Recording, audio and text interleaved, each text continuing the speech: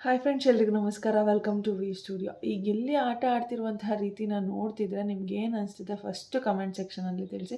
ಯಾಕೆ ಅಂತಂದರೆ ನನಗಂತೂ ತುಂಬ ಓವರಾಗಿ ರಿಯಾಕ್ಟ್ ಮಾಡ್ತಿದ್ದಾನೆ ಅಂತ ಅನಿಸ್ತಿದೆ. ಕೊಟ್ಟಿರುವಂತಹ ನಾಮಿನೇಷನ್ ಪ್ರಕ್ರಿಯೆಯಲ್ಲಾಗಿರ್ಬೋದು ಅಥವಾ ಒಂದಿಷ್ಟು ಟಾಸ್ಕ್ಗಳಲ್ಲಾಗಿರ್ಬೋದು, ಲೈಕ್ ಯಾರಿಗೋ ಫೇವರಿಸಮ್ ಮಾಡೋಕ್ಕೋಗಿ ಮನೆಯವ್ರಿಗೆಲ್ರಿಗೂ ಸಹ ಕೆಟ್ಟವರಾಗಿ ಕಾಣಿಸ್ತಿದ್ದಾನೆ. ಹಾಗೆ ಹೊರಗಡೆ ಇರುವಂತಹ ಜನಗಳಿಗೂ ಸಹ ಸ್ವಲ್ಪ ನೆಗೆಟಿವ್ ಆಗ್ತಿದ್ದಾನೆ ಅಂತಲೇ ಹೇಳ್ಬೋದು. ಯಾಕೆ ಅಂದರೆ ನಾನು ಒಂದಷ್ಟು ವೀಡಿಯೋಸ್ಗಳಲ್ಲಿ ಹೇಳಿದ್ದೀನಿ, ಗಿಲ್ಲಿಗಿರುವಂಥ ಟ್ಯಾಲೆಂಟ್ಗೆ ಅವನ ಗುಂಡಿನ ಅವನೇ ತೋಡ್ಕೊಳ್ಳೋಷ್ಟು ಟ್ಯಾಲೆಂಟ್ ಕೂಡ ಗಿಲ್ಲಿಗಿದೆ ಅಂತ ಹೇಳಿದ್ದೀನಿ. ಲೈಕ್ ಅದೇ ರೀತಿ ಗಿಲ್ಲಿ ಇವಾಗ ಮಾಡ್ತಿದ್ದಾನೆ ಅಂತ ಹೇಳ್ಬೋದು. ಬಿಗ್ ಬಾಸ್ ಮನೆಯಲ್ಲಿ ಇರುವಂತಹ ಅಷ್ಟೂ ಜನ ಕಂಟೆಸ್ಟೆಂಟ್ಗಳು ಸೇರಿಕೊಂಡ್ರೂ ಸಹ ಗಿಲ್ಲಿಗೆ ಗುಂಡಿ ತೋಡೋದಕ್ಕಾಗೋದಿಲ್ಲ. ಬಟ್ ಎಲ್ಲೋ ಈ ರೀತಿ ನೆಗೆಟಿವ್ ಆಗಿ ಕಾಣಿಸ್ಕೊಂಡು ಗಿಲ್ಲಿ ಗುಂಡಿನ ಅವನೇ ತೋಡ್ಕೋತಿದ್ದಾನೆ ಅನ್ನೋದು ನನ್ನ ಅಭಿಪ್ರಾಯ. ಯಾಕೆ ಅಂದರೆ ನಿನ್ನೆ ಕಾವ್ಯ ಅವರು ಒಂದು 4 ಸತಿ ಬರ್ತಾರೆ ನಾಮಿನೇಷನ್ ಪ್ರಕ್ರಿಯೆಗೆ. ನಾಮಿನೇಷನ್ ಅಂತ ಬಂದಾಗ ಲೈಕ್ ಎಲ್ಲವನ್ನು ಸಹ ಒಂದು ಸ್ನೇಹ ಆಗಿರ್ಬೋದು, ಏನೇ ಆಗಿರ್ಬೋದು, ಅವರಿಬ್ಬರ ಮಧ್ಯೆ ಏನೇ ಇರ್ಬೋದು, ಎಲ್ಲವನ್ನು ಸಹ ಬಿಟ್ಟು ಒಂದು ನ್ಯಾಯಯುತವಾಗಿ ಡಿಸಿಷನ್ಸ್ನ ತಗೋಬೇಕಾಗತ್ತೆ. ಬಟ್ ಗಿಲ್ಲಿ ಎಲ್ಲೋ ನಿನ್ನೆ ಆ ರೀತಿ ಮಾಡಲಿಲ್ಲ. ಧನುಷು ಧ್ರುವಂತ್ ಮತ್ತು ಕಾವ್ಯ ಅವ್ರನ್ನ ಕಂಪೇರ್ ಮಾಡ್ತಾರೆ, ಅವಾಗಲೂ ಸಹ ಧ್ರುವಂತ್ ಅವ್ರನ್ನ ಸೇವ್ ಮಾಡ್ತಾರೆ. ಆ್ಯಂಡ್ ಇನ್ನು ಹೆಣ್ಮಕ್ಳು ಅಂತ ಬಂದಾಗ 3 ರೌಂಡಲ್ಲೂ ಸಹ ರಕ್ಷಿತಾ ವಿನ್ ಆಗ್ತಾಳೆ. ರಕ್ಷಿತಾ ವಿನ್ ಆಗಿಬಿಟ್ಟು 3 ಸತಿನೂ ಸಹ ಕಾವ್ಯನೇ ತೊಗೊಂಬಂದು ನಾಮಿನೇಟ್ ಮಾಡಿ ನಿಲ್ಲಿಸ್ತಾಳೆ. ಅವಾಗಲೂ ಸಹ ಗಿಲ್ಲಿಯವರು ಕಾವ್ಯನ ತೊಗೊಳೋದಕ್ಕೆ ರೆಡಿ ಇರೋದಿಲ್ಲ. ಆ್ಯಂಡ್ ನಾಮಿನೇಷನ್ ಬಿಟ್ಟು ಟಾಸ್ಕ್ ಅಂತ ಒಂದು ಟಾಸ್ಕ್ ಕೊಡ್ತಾರೆ. ಆ ಟಾಸ್ಕಲ್ಲೂ ಕೂಡ ಗಿಲ್ಲಿ ತುಂಬಾ ಫೇವರಿಸಮ್ ಮಾಡೋದಕ್ಕೆ ಶುರು ಮಾಡ್ತಾನೆ ಕಾವ್ಯನಿಗೆ. ಆ್ಯಂಡ್ ಎಷ್ಟು ಇರಿಟೇಟ್ ಮಾಡ್ತಿದ್ದಾನೆ ಅಂದರೆ ಕಂಟೆಸ್ಟೆಂಟ್ಗಳಿಗೆ, ಲೈಕ್ ನಾವು ನೋಡೋರಿಗೆ ಇಷ್ಟು ಇರಿಟೇಟ್ ಆಗ್ತಿದೆ ಅಂತಂದಾಗ ಅಲ್ಲಿರುವಂತಹ ಕಂಟೆಸ್ಟೆಂಟ್ಗಳಿಗೆ ಎಷ್ಟು ಇರಿಟೇಟ್ ಆಗ್ತಿರುತ್ತೆ ಅನ್ನೋದನ್ನ ನೀವೇ ಊಹಿಸ್ಕೊಳ್ಳಿ. ಇದಕ್ಕೆ ಅನಿಸುತ್ತೆ ಎಲ್ಲರೂ ಹೇಳೋದು ಗಿಲ್ಲಿ ತುಂಬಾ ಇರಿಟೇಟ್ ಮಾಡ್ತಾನೆ, ನೋಡೋರ್ಗೆ ಚೆನ್ನಾಗಿ ಕಾಣಿಸ್ಬೋದು ಅಷ್ಟೇ, ಮನೆಯಲ್ಲಿ ಇದ್ದು ಅನುಭವಿಸೋರಿಗೆ ಗೊತ್ತಾಗೋದು ಅಂತ ಹೇಳಿ. ಲೈಕ್ ಆ ಒಂದು ಡಿಸಿಷನ್ ತೊಗೋಬೇಕಾದ್ರೆ ಸೆಕೆಂಡ್ ರೌಂಡಲ್ಲಿ ಕಾವ್ಯನ ತೆಗೆದಾಕಬೇಕು ಅನ್ನುವಂತಹ ಒಂದು ಡಿಸಿಷನ್ ತೊಗೋಬೇಕಾದ್ರೆ ಎಷ್ಟೆಲ್ಲ ಡ್ರಾಮಾಸ್ಗಳನ್ನ ಕ್ರಿಯೇಟ್ ಮಾಡ್ದ, ಎಷ್ಟು ಟೈಮ್ ತೊಗೊಂಡ ಅನ್ನೋದು ನಾವು ಸಹ ನೋಡಿದ್ದೀವಿ. ಲೈಕ್ ಇಷ್ಟೊಂದೆಲ್ಲ ಲ್ಯಾಗ್ ಮಾಡೋದು ಬೇಕಾಗಿರಲಿಲ್ಲ. ಲೈಕ್ ಏನೋ ಸ್ಪಂದನ ಅವ್ರ ಕಡೆನೇ ಡಿಸಿಷನ್ನ ಕೊಟ್ಟ. ಇಫ್ ಇನ್ ಕೇಸ್ ಸ್ಪಂದನ ಕಡೆ ಡಿಸಿಷನ್ ಕೊಡ್ತೀರಾ, ಕಾವ್ಯ ಕಡೆನೇ ಡಿಸಿಷನ್ ಏನಾದರೂ ಕೊಟ್ಟಿದ್ದಿದ್ರೆ ನಿಜವಾಗ್ಲೂ ವೀಕೆಂಡಲ್ಲಿ ಸರಿಯಾಗಿ ಕ್ಲಾಸ್ ತೊಗೋತಿದ್ರು ಸುದೀಪ್ ಅವರು. ಇವ್ರಿಗೆ ಒಂದು ಪರ್ಸನ್ ಇಷ್ಟ ಅಂತ ಅಂದಿದ ತಕ್ಷಣ ಲೈಕ್ ಅವ್ರು ತಪ್ಪು ಮಾಡಿದ್ರು ಸರಿ ಅಂತ ಹೇಳೋದು, ಅವ್ರು ಸೋತಿದ್ರು ವಿನ್ ಆಗಿದ್ದಾರೆ ಅಂತ ಹೇಳೋದು, ಇದೆಲ್ಲ ಖಂಡಿತವಾಗ್ಲೂ ನಡೆಯೋದೇ ಇಲ್ಲ. ವೀಕೆಂಡಲ್ಲಿ ಸಿಕ್ಕಾಪಟ್ಟೆ ಕ್ಲಾಸ್ ಅನ್ನೋದು ಇದ್ದೇ ಇರ್ತಿತ್ತು ಗಿಲ್ಲಿಗೆ. ಬಟ್ ಎಲ್ಲೋ ಒಂದು ಕಡೆ ಸ್ಪಂದನ ಅವರ ಹೆಸರನ್ನು ಹೇಳಿ ಬಚಾವಾಗಿದ್ದಾರೆ ಅಂತಲೇ ಹೇಳ್ಬೋದು.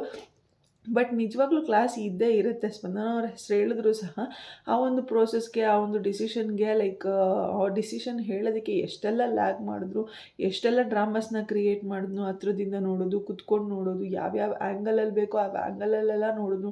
ಸ್ವಿಮ್ಮಿಂಗ್ ಪೂಲ್ ಹತ್ರ ಹೋಗಿ ಕೂಡ ನೋಡಿದ್ನು. ಅಷ್ಟು ದೂರ ನಿಂತ್ಕೊಂಡು ಲೈಕ್ ಒಂದು ಬಕೆಟಲ್ಲಿರುವಂತಹ ನೀರನ್ನ ಅಳತೆ ಮಾಡೋದಕ್ಕೆ, ಅದು ಅಳತೆ ಮಾಡಿ ಡಿಸಿಷನ್ ಹೇಳೋದಕ್ಕೆ ಲೈಕ್ ಎಷ್ಟೆಲ್ಲ ಡ್ರಾಮಾಸ್ ಕ್ರಿಯೇಟ್ ಮಾಡ್ದೆ ಅನ್ನೋದನ್ನು ನೋಡಿದ್ದೀವಿ. ಆ್ಯಂಡ್ ರಾಶಿಕ್ ಅವರು ಸಹ ಹೇಳ್ತಿದ್ರು ಅಲ್ಲಿ, ಮಾಳು ಅಣ್ಣನ ಮಕ್ಕಳು ಬಂದಿದ್ರಲ್ಲ, ಆ ಥರ ಮಕ್ಕಳು ಬಂದರೂ ಕೂಡ ಜಸ್ಟ್ ಒಂದು ಫ್ಯೂ ಸೆಕೆಂಡ್ಸಲ್ಲಿ ಹೇಳಿಬಿಡ್ತಾರೆ ಯಾವ ಬಕೆಟಲ್ಲಿ ನೀರು ಜಾಸ್ತಿ ಇದೆ ಅಂತ. ಫ್ಯೂ ಸೆಕೆಂಡ್ಸಲ್ಲಿ ಹೇಳಿಬಿಡ್ತಾರೆ ಅಂತ ಹೇಳಿದರು. ಅಫ್ಕೋರ್ಸ್ ಗಿಲ್ಲಿಗೆ ಕಾವ್ಯನ ವಿನ್ ಮಾಡಿಸ್ಬೇಕು ಅಂತ ಇದ್ದಿದ್ರೆ ಲೈಕ್ ಬೇರೆ ಯಾವುದಾದ್ರೂ ರೀಸನ್ಸ್ಗಳನ್ನ ಕೊಟ್ಟು ವಿನ್ ಮಾಡಿಸ್ಬೋದಾಗಿತ್ತು. ಲೈಕ್ ಸ್ಟ್ರಾಟಜಿ ಚೆನ್ನಾಗಿ ಯೂಸ್ ಮಾಡಿದ್ಲು, ತುಂಬ ಚೆನ್ನಾಗಿ ಆಡಿದ್ಲು, ಬೇರೆಯವರೆಲ್ಲ ಜಾಸ್ತಿ ಬಂದು ಇವಳನ್ನ ಅಟ್ಯಾಕ್ ಮಾಡೋದಕ್ಕೆ ಇವ್ರ ಬಕೆಟಲ್ಲಿ ನೀರು ಕಡಿಮೆ ಆಯಿತು ಅಷ್ಟೇ ಅಂತ ಹೇಳ್ಬೋದಾಗಿತ್ತು. ಅಥವಾ ಸ್ಪಂದನ ಅವರು ಇವಳ ಬಕೆಟ್, ಕಾವ್ಯ ಬಕೆಟನ್ನು ಎತ್ಕೊಂಡು ಹೋಗಿಟ್ಟಿರ್ತಾರೆ. ಸೊ ಅಂತಹ ರೀಸನ್ಸ್ಗಳನ್ನ ಕೊಟ್ಟು ಕಾವ್ಯ ಅವ್ರನ್ನ ಡಿಫೆಂಡ್ ಮಾಡ್ಕೋಬೋದಾಗಿತ್ತು. ಬಟ್ ಅಲ್ಲಿ ತುಂಬ ಎವಿಡೆಂಟಾಗಿ ಕಾಣಿಸ್ತಿದೆ ಯಾರ ಬಕೆಟಲ್ಲಿ ನೀರು ಜಾಸ್ತಿ ಇದೆ, ಯಾರ ಬಕೆಟಲ್ಲಿ ನೀರು ಕಡಿಮೆ ಇದೆ ಅನ್ನೋದು ತುಂಬ ಎವಿಡೆಂಟಾಗಿ ಕಾಣಿಸ್ತಿದ್ರು ಕೂಡ ಡಿಸಿಷನ್ ಹೇಳೋದಕ್ಕೆ ಲೈಕ್ ಒಮ್ಮತದ ಡಿಸಿಷನ್ ಕೊಡಬೇಕು ಅನ್ನುವಂಥ ಒಂದೇ ಒಂದು ಕಾರಣಕ್ಕೆ ಅಶ್ವಿನಿ ಅವ್ರು ಸುಮ್ಮನೆ ಇದ್ದರು. ಸೊ ಅಂತಹ ಒಂದು ಡಿಸಿಷನ್ ಹೇಳೋದಕ್ಕೇ ಅಷ್ಟೆಲ್ಲ ಲ್ಯಾಗ್ ಮಾಡುವಂತಹ ಅವಶ್ಯಕತೆ ಇರಲಿಲ್ಲ. ನನಗಂತೂ ತುಂಬಾ ಓವರಾಗಿ ರಿಯಾಕ್ಟ್ ಮಾಡಿದ್ರು ಅಂತ ಅನ್ನಿಸ್ತು. ಇಲ್ಲಿ ನಾನು ಗಿಲ್ಲಿನ ನೆಗೆಟಿವ್ ಮಾಡೋದಕ್ಕೆ ಹೋಗ್ತಿಲ್ಲ. ಇವಾಗಲೂ ನನ್ನ ಮನಸ್ಸಲ್ಲಿರೋದು ಸುದೀಪ್ ಅವ್ರು ಇಟ್ಕೊಳ್ಳುವಂತಹ 2 ಕೈಯಲ್ಲಿ ಒಂದು ಕಡೆ ಗಿಲ್ಲಿ ಇರಬೇಕು, ಒಂದು ಕಡೆ ರಕ್ಷಿತಾ ಇರಬೇಕು. ಇವರಿಬ್ಬರಲ್ಲಿ ಯಾರು ವಿನ್ ಆದರೂ ನನಗೆ ಪರವಾಗಿಲ್ಲ. ನನಗೆ ಇವರಿಬ್ಬರ ವ್ಯಕ್ತಿತ್ವನೂ ಕೂಡ ತುಂಬಾ ಇಷ್ಟ ಆಗಿದೆ. ಬಟ್ ಕಾವ್ಯ ಅವರ ಒಂದು ವಿಚಾರ ಅಂತ ಬಂದಾಗ ಗಿಲ್ಲಿ ವ್ಯಕ್ತಿತ್ವನ ಎಲ್ಲೋ ಹಾಳು ಮಾಡ್ಕೋತಿದ್ದಾನೆ. ಕಾವ್ಯ ಕಾವ್ಯ ಕಾವ್ಯ ಅಂತ ಅಂದ್ಕೊಂಡು ಇವನ ವ್ಯಕ್ತಿತ್ವ ಹಾಳಾಗ್ತಿದೆ ಅಂತ ನನಗೆ ಅನಿಸ್ತಿದೆ. ಇಫ್ ಇನ್ ಕೇಸ್ ಗಿಲ್ಲಿ ಏನಾದರೂ ಸೋತ ಅಂತಂದರೆ ನಿಜವಾಗ್ಲೂ ಅದಕ್ಕೆ ಕಾರಣ ಕಾವ್ಯ ಅವರೇ ಆಗಿರ್ತಾರೆ ಅನ್ನೋದು ನನ್ನ ಒಂದು ಅಭಿಪ್ರಾಯ. ಆ್ಯಂಡ್ ಲಾಸ್ಟ್ ಸೀಸನಲ್ಲೂ ಸಹ ನಾವು ನೋಡಿದ್ದೀವಿ ಇದೇ ರೀತಿ ದ ವಿನ್ನಿಂಗ್ ಕಂಟೆಸ್ಟೆಂಟ್ ಅಂತ ಹೇಳಿ ಅಂದ್ಕೊಂಡ್ಬಿಟ್ಟಿದ್ವಿ ಮಂಜಣ್ಣನ. ಅವ್ರು ಥಿಂಕ್ ಮಾಡ್ತಿದ್ದಿದ್ದಾಗಿರ್ಬೋದು, ಅವರ ಸ್ಪಾಂಟೇನಿಟಿ ಆಗಿರ್ಬೋದು, ಅವರ ಫಾಸ್ಟ್ನೆಸ್ ಆಗಿರ್ಬೋದು, ಏಜ್ ಆಗಿದ್ದರೂ ಸಹ ಅಲ್ಲಿದ್ದಂತಹ ಯಂಗ್ ಕಂಟೆಸ್ಟೆಂಟ್ಗಳಿಗೆ ತುಂಬಾ ಟಕ್ಕರ್ ಕೊಟ್ಕೊಂಡು ಮಂಜಣ್ಣ ಅವರು ಆಟ ಆಡ್ತಿದ್ರು. ತುಂಬಾ ಫಾಸ್ಟಾಗಿದ್ದರು ಮಂಜಣ್ಣ ಅವರು. ಬೇರೆ ಕಂಟೆಸ್ಟೆಂಟ್ಗಳಿಗೆ ಕಂಪೇರ್ ಮಾಡಿದ್ರೆ ತುಂಬ ಫಾಸ್ಟಾಗಿ ಗೇಮ್ಸ್ಗಳನ್ನೆಲ್ಲ ಆಡ್ತಾಯಿದ್ರು ಮಂಜಣ್ಣ ಅವರು. ಆ್ಯಂಡ್ ಥಿಂಕ್ ಮಾಡ್ತಿದ್ದಿದ್ದು ಅಷ್ಟೇ, ಮನೆಯವರೆಲ್ಲ ಒಂದು ರೀತಿ ಥಿಂಕ್ ಮಾಡ್ತಿದ್ರೆ ಮಂಜಣ್ಣ ಅವರೇ ಬೇರೆ ರೀತಿ ಥಿಂಕ್ ಮಾಡ್ತಿದ್ರು. ಬಟ್ ಇಷ್ಟೆಲ್ಲ ಇದ್ದರೂ ಕೂಡ, ಥಿಂಕ್ ಮಾಡ್ಕೊಂಡಿದ್ರು ಕೂಡ ಅವರು ಫಿನಾಲೆನಲ್ಲಿ ಲೈಕ್ ಟಾಪ್ 4ಅಲ್ಲೇನೋ ಹೊರಗಡೆ ಬರಬೇಕಾಯಿತು ಬಿಗ್ ಬಾಸ್ ಮನೆಯಿಂದ. ಯಾಕೆ ಅಂತಂದರೆ ಗೌತಮಿ ಅವ್ರ ಜೊತೆ ಮಾಡ್ಕೊಂಡಂತಹ ಒಂದೇ ಒಂದು ಫ್ರೆಂಡ್ಶಿಪ್ಪು ಅವ್ರಿಗೆ ಹೊಡ್ತಾ ಬಿದ್ದಿತ್ತು. ಲೈಕ್ ಎಷ್ಟೇ ಸತಿ ಸುದೀಪ್ ಅವ್ರು ಹೇಳಿದ್ರು ಸಹ ಅವರ ಫ್ರೆಂಡ್ಶಿಪ್ಪನ್ನು ಬಿಟ್ಬಿಡಿ ಅಂತ ಸುದೀಪ್ ಅವ್ರು ಹೇಳಿದ್ರು, ಫ್ಯಾಮಿಲಿ ಮೆಂಬರ್ಸ್ ಕೈಯಲ್ಲಿ ಹೇಳಿಸಿದ್ರು, ಏನೇ ಮಾಡಿದ್ರು ಸಹ ಅವರು ಅವರ ಫ್ರೆಂಡ್ಶಿಪ್ಪನ್ನು ಬಿಟ್ಕೊಡೋದಕ್ಕೆ ರೆಡಿ ಇರಲಿಲ್ಲ. ಇನ್ನು ಮುಂದೆ ನಾನು ಆಟ ಆಡ್ತೀನಿ, ಫ್ರೆಂಡ್ಶಿಪ್ಪನ್ನು ಬಿಟ್ಟು ಆಟ ಆಡ್ತೀನಿ ಅಂತ ಹೇಳ್ತಿದ್ರು ಅಷ್ಟೇ. ಬಟ್ ಹೇಳಿದ್ರು ಸಹ ಒಂದು 2 ದಿವಸ ಆದಮೇಲೆ ಮತ್ತೆ ಹೋಗಿ ಅದೇ ರಾಗ ಅದೇ ತಾಳ ಅನ್ನೋ ರೀತಿಯೇ ಆಡ್ತಿದ್ದಿದ್ದು. ಸೊ ಈ ಒಂದು ಕಾರಣಕ್ಕೆ ಅವ್ರು ಬಿಗ್ ಬಾಸ್ನ ವಿನ್ ಆಗೋದಕ್ಕೆ ಆಗಿರಲಿಲ್ಲ. ಆ್ಯಂಡ್ ಈ ಗಿಲ್ಲಿಗೂ ಕೂಡ ಅದೇ ಪರಿಸ್ಥಿತಿ ಬರುವಂತಹ ಚಾನ್ಸಸ್ ಇದೆ. ಯಾಕೆ ಅಂತಂದರೆ ಲೈಕ್ ಗಿಲ್ಲಿನೂ ಕೂಡ ಅದೇ ರೀತಿ ಆಡ್ತಿದ್ದಾನೆ, ಕಾವ್ಯನ ಬಿಟ್ಟಾಡಬೇಕು ಅಂತ ಎಷ್ಟೇ ಸತಿ ಹೇಳಿದ್ರು ಕೂಡ ಎಲ್ಲೋ ಒಂದು ಕಡೆ ಕಾವ್ಯನ ತುಂಬಾ ಪ್ರೊಟೆಕ್ಟ್ ಮಾಡ್ತಿದ್ದಾನೆ ಅಂತ ಅನಿಸ್ತಿದೆ. ಆ್ಯಂಡ್ ಅವ್ನಿಗೆ ತುಂಬಾ ಓವರ್ ಕಾನ್ಫಿಡೆನ್ಸ್ ಇದೆ, ಲೈಕ್ ನಾನು ಫಿನಾಲೆಗೆ ಹೋಗ್ತೀನಿ, ಸೊ ನನ್ನ ಜೊತೆನೂ ಕೂಡ ಕಾವ್ಯ ಬರಲೇಬೇಕು ಅನ್ನೋ ರೀತಿ, ಹೇಗಾದರೂ ಮಾಡಿ ಕಾವ್ಯನ ನಾನು ಕರ್ಕೊಂಡು ಹೋಗ್ತೀನಿ ಅನ್ನೋ ರೀತಿ. ಲೈಕ್ ಅದೇನು ಹೇಳ್ತಾರಲ್ಲ, ಹೂವಿನ ಜೊತೆ ನಾರು ಕೂಡ ಸ್ವರ್ಗ ಸೇರ್ತು ಅನ್ನೋ ರೀತಿ ಹೇಳ್ತಾರಲ್ಲ, ಸೊ ನನ್ನ ಜೊತೆ ಕಾವ್ಯ ಕೂಡ ಫಿನಾಲೆಗೆ ಬರಲೇಬೇಕು ಅನ್ನೋ ರೀತಿ ಪಣ ತೊಟ್ಟು ಕಾವ್ಯನ ಸೇವ್ ಮಾಡೋದಕ್ಕೆ ಟ್ರೈ ಮಾಡ್ತಿದ್ದಾನೆ ಅಂತ ಅನ್ನಿಸ್ತಿದೆ. ಆ್ಯಂಡ್ ಇವಂಗೊಂದು ಅಧಿಕಾರ ಕೊಟ್ಟಿದ್ದಾರೆ ಅಂತ ಅಂದಿದ ತಕ್ಷಣ ಅಧಿಕಾರನ ದುರುಪಯೋಗ ಪಡಿಸ್ಕೊಂಡು ಬೇರೆ ಕಂಟೆಸ್ಟೆಂಟು ಲೈಕ್ ಚೆನ್ನಾಗಿ ಆಡಿಲ್ಲ ಅಂತಂದ್ರೂ ಕೂಡ ಅವ್ರು ಡಿಸರ್ವಿಂಗ್ ಆಗಿದ್ದಾರೆ ಅಂತ ಹೇಳೋದು, ಅದೆಲ್ಲ ಕೂಡ ತುಂಬಾ ತಪ್ಪಾಗಿ ಕಾಣಿಸುತ್ತೆ ಹೊರಗಡೆ. ಸೊ ಇವನು ನೆಗೆಟಿವ್ ಆಗ್ತಿದ್ದಾನೆ, ಕಾವ್ಯಗೇನು ನೆಗೆಟಿವಿಟಿ ಸ್ಪ್ರೆಡ್ ಆಗ್ತಿಲ್ಲ. ಗಿಲ್ಲಿ ಈ ರೀತಿ ಆಡ್ತಿರೋದ್ರಿಂದ ಕಾವ್ಯಗೆ ಒಂಚೂರು ನೆಗೆಟಿವಿಟಿ ಸ್ಪ್ರೆಡ್ ಆಗ್ತಿಲ್ಲ. ಬಟ್ ಗಿಲ್ಲಿಗೆಲ್ಲ ಒಂದು ಕಡೆ ತುಂಬಾ ನೆಗೆಟಿವ್ ಆಗ್ತಿದೆ ಈ ವಿಚಾರ ಅಂತ ಹೇಳ್ಬೋದು. ಯಾಕೆಂದರೆ ಅಷ್ಟು ಇವಾಗ ಒಂದು ವ್ಯಕ್ತಿ ತಪ್ಪು ಮಾಡಿದ್ದಾರೆ ಅಂತಂದಾಗ ತಪ್ಪು ಮಾಡಿಲ್ಲ ಅಂತ ಹೇಳೋದು ತುಂಬಾ ಹೇಗೆ ತಪ್ಪು. ಅವ್ರು ಆಟ ಚೆನ್ನಾಗಿ ಆಡಿಲ್ಲ ಅಂತ ಅಂದಾಗಲೂ ಕೂಡ ಚೆನ್ನಾಗಿ ಆಡಿಲ್ಲ ಅಂತಲೇ ಹೇಳಬೇಕು. ಇವಾಗ ಅವ್ರು ಆಟ ಚೆನ್ನಾಗಿ ಆಡಿಲ್ಲ ಅಂತಂದಾಗಲೂ ಕೂಡ ಚೆನ್ನಾಗಿ ಆಡಿದ್ದಾರೆ ಅಂತ ಹೇಳಿ ವಾದ ಮಾಡಿದ್ರೆ, ಅಲ್ಲಿ ತುಂಬ ಚೆನ್ನಾಗಿ ಆಟ ಆಡಿರೋರು ಎಷ್ಟೋ ಜನ ಇರ್ತಾರೆ, ಅಷ್ಟು ಜನಕ್ಕೂ ಕೂಡ ಮೋಸ ಮಾಡಿದಾಗ ಆಗುತ್ತೆ. ಆ್ಯಂಡ್ ಈ ಕಾವ್ಯನ ಹೊರಗಡೆ ಇಡಬೇಕು, ಲೈಕ್ ಕ್ಯಾಪ್ಟನ್ಸಿ ಟಾಸ್ಕಿಂದ ಹೊರಗಡೆ ಆಗ್ತಾಳೆ ಅಂತ ತಲೆನಲ್ಲಿ ಇಟ್ಕೊಂಡೆ ಏನೇನೋ ಮಾಡಿ ಡಿಫೆಂಡ್ ಮಾಡೋದಕ್ಕೆ ಟ್ರೈ ಮಾಡ್ದೆ.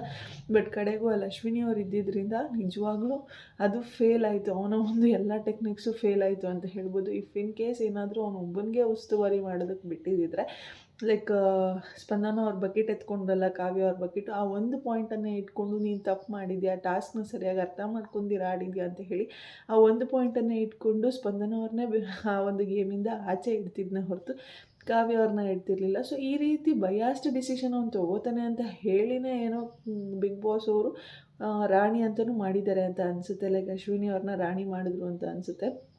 ಸೊ ಗಿಲ್ಲಿ ಬಯಾಸ್ಡ್ ಆಗಿರೋದು ಬೇಡ, ಗಿಲ್ಲಿ ರಾಜ ಆದರೆ ಅಶ್ವಿನಿ ಅವ್ರು ರಾಣಿ ಆಗಿದ್ದಾರೆ. ಸೊ ಇಬ್ಬರು ಕೂಡ ಒಮ್ಮತದ ಡಿಸಿಷನ್ಗೆ ಬರಬೇಕು.